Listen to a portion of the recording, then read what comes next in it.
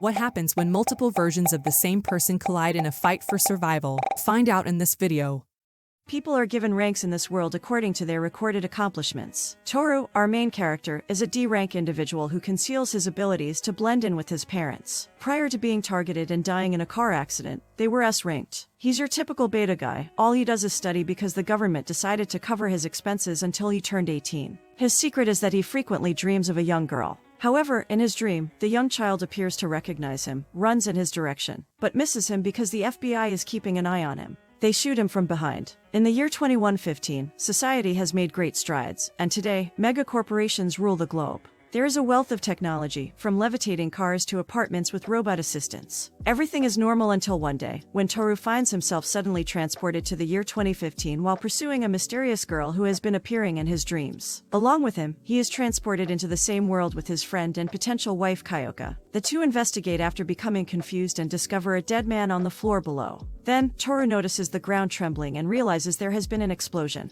They pull their weapons out as a result, but they are immediately fired upon. The two friends attempt to flee a mysterious man who appears and continues to shoot them. Tohru confronts the mysterious gunner because Kyoka is slightly injured. However, Kyoka is adamant on accompanying him, so the two engage the gunner in a paintball duel while dodging the bullets like characters from The Matrix. But as she takes a step back, Kyoka trips and the gunner saves her. The most perplexing experience of Tohru's life awaits him when he realizes that the gunner resembles him, but has a different hairstyle. Tohru, the gunner says, is his name. But let's call him Chad for now. After introducing himself, he shoots Tohru right away, but thanks to the Matrix's strength, Tohru easily avoids the bullet and flees in confusion. While Chad dips, Remy appears and uses his psychic abilities to save Kyoka. In 2015 Japan, Remy gives them a brief tour before returning to the lab. Tohru, however, notices the young girl asking him to help him once more, and like any other normal person, he collapses. In a unique lab, Tohru awakens a short while later. He is present in 2115. However, he has been called, so he goes to the meeting space with the android Sai. They encounter Dr. Brian Odner inside the lab.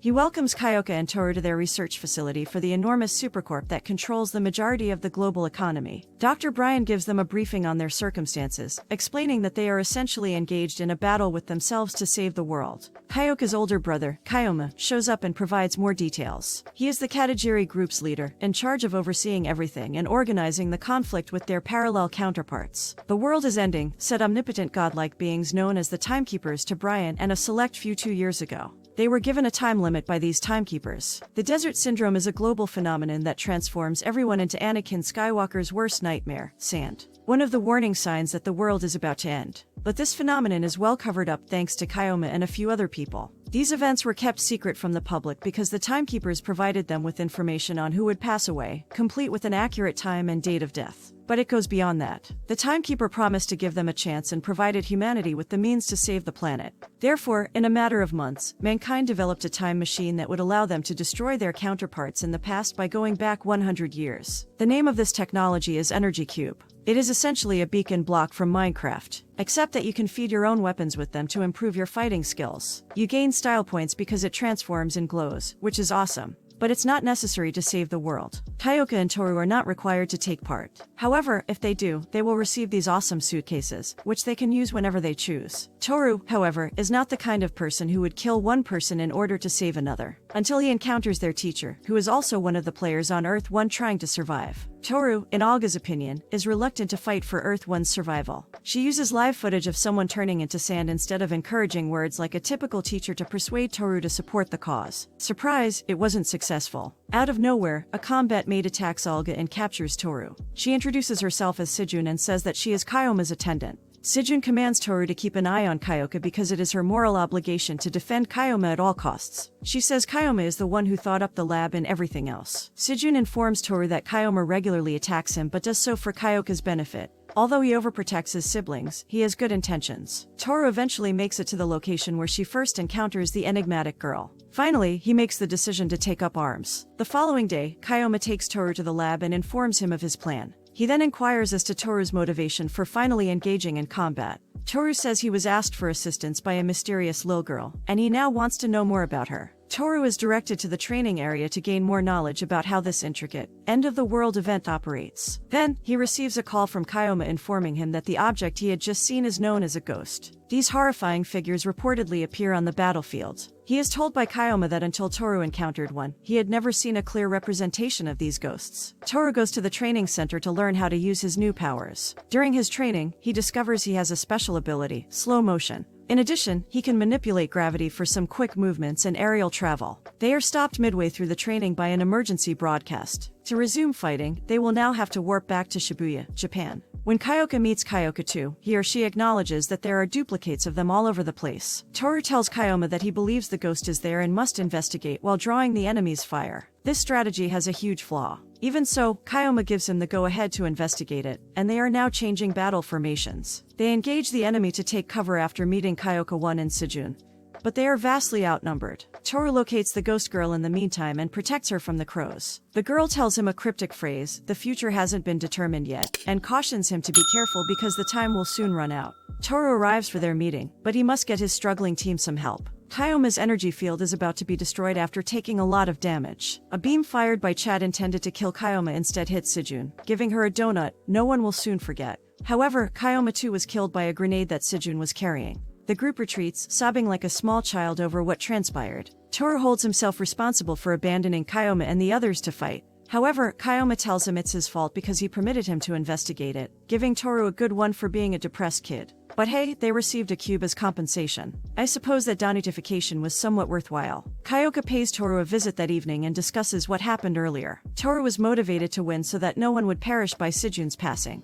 However, just as they are about to make it official, the Timekeepers ruin Tohru's fun by switching to an objective team deathmatch from a free-for-all. They will receive 5 times the rewards if they can complete the task before anyone else. Tohru and Kayoma come to terms with having each other's back whenever possible, and achieving victory without suffering any casualties thanks to his newly discovered resolve brought on by loss. They immediately return to their positions to push for the goal after being dropped. Tohru is instructed to wait while their team performs the distraction so he can flank rush the target. He receives the start signal a short while later. Tohru pursues Chad as he makes his way toward the top of Tokyo Tower, impeding his progress. But they both arrive at the target simultaneously. One of the timekeepers eventually shows up and congratulates them on qualifying after a brief duel. Tohru is agitated by the timekeeper's assumption of Sejun's form. The timekeeper, however, diffuses the conflict by stating that she used Sejun's form to communicate effectively. She then rewards them both with the cubes and tells them that they were sent from the future to save them. When Chad asks her why the timekeepers are letting them fight when they originally intended to save them, she replies that it's to reduce the number of casualties. 10 years from now, in 2115, they will be able to build a time warp technology, a seamless space-time bridge between the two worlds, thanks to advancements in technology in both places. The result of this will be a war between the two worlds that will result in their destruction.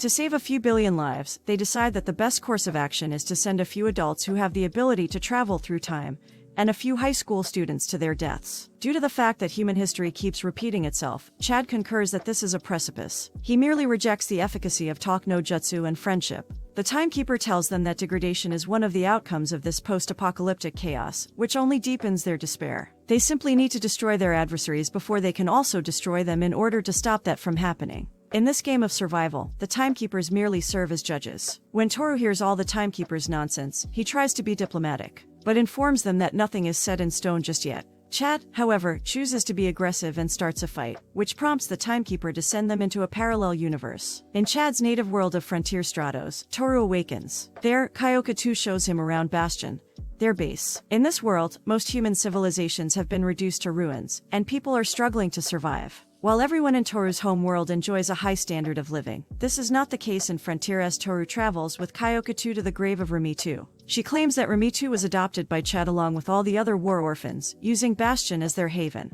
Chad, however, underwent a radical change after losing Remitu, going to great lengths to ensure everyone survived. Less brutal than Tohru's techniques, but similar. When Tohru learns about Kyoka 2's situation, she consoles her and tells her everything Chad would like her to hear. Kyoka 2 is awestruck by Tohru's unspoken charisma and wonders if she might be cheating on Chad. However, their conversation is interrupted when the base returns Tohru to his world. When Tohru enters the lab, she runs into Chad and deflects the projectile he just fired. Kyoka is hurt when the bullet strikes her, though. This serves as a diversion for Chad as he seeks to reach his home planet. The following day, World 1 and World 2 fight once more. Remy uses an energy cube this time, forcing himself to gain strength. he gets so powerful that it works against him, making him feel less than great and changing into a Darude sandstorm. Tohru is trapped inside the storm because of his memories of his childhood, adolescence, and eventually a fever dream in which the timekeeper is holding him captive. However, Tohru is taken to the mysterious girl's pocket dimension after touching the same message from the mysterious girl. This time, the FBI is not present. The girl tells the truth about the dead end, which is where humanity will ultimately perish. She claims that a mysterious space-drifting particle was discovered by humanity,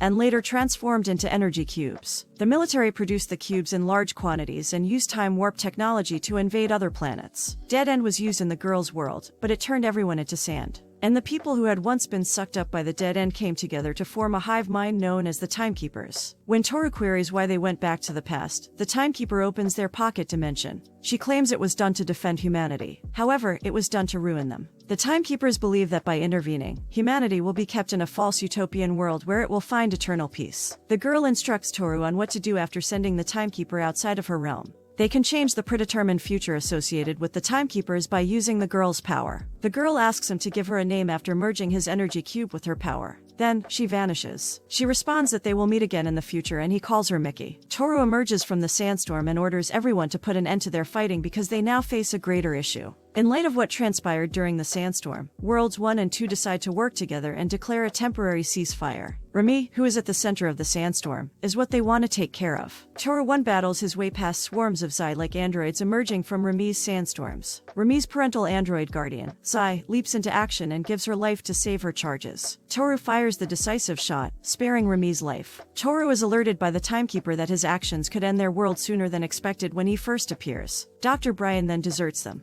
He apparently conspired with Dr. Brian too, his alternate self, to capture and confine all time travelers because they believe they are better able to do it. They want to use the energy cubes to advance technology so that humanity can compete with the Timekeepers on an equal footing. Additionally, this boomer nerd doesn't want Kyoma to rule over him like a domineering dog on a leash. Tohru is set free from his prison by Brian's secretary Kumi in order to free the other time travelers. He also discovers that Doc Brian is just a young child seeking attention. Time travelers must be captured by Brian's soldiers, whether they are alive or not. Fortunately, Tohru makes it to the hospitalized Kyoka just in time. Following Brian's treachery, World 1 organizes a defense against Brian and the Timekeepers. Tohru learns more about the mysterious girl's past as a head scientist while she is sleeping and receives her memories. The demise of humanity was caused by her research. Tohru and Kyoka show up in her dreams to cheer her up when she is feeling hopeless. She then directs their attention to the tree where they first met her, which is where it all began. The following day, World 1 gathers their team to complete their strategy, but Tohru and Kyoka go on a date ahead of the decisive battle. When their mission begins, Olga immediately attacks Brian and murders him. Similar to this, Chad murders Brian too in World 2.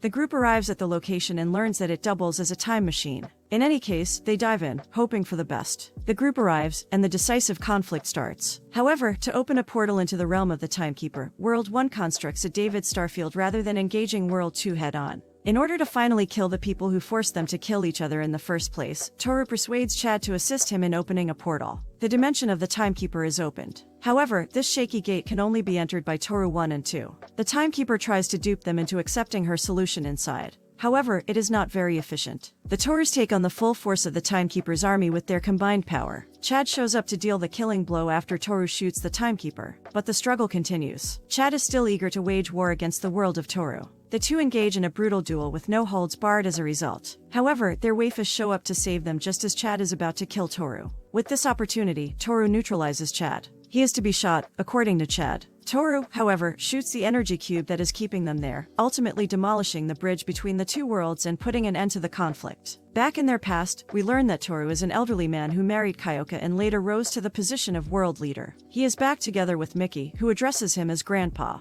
Thank you guys for continuing this journey with me. If you enjoyed this video, do check out other videos. Until next time, take care.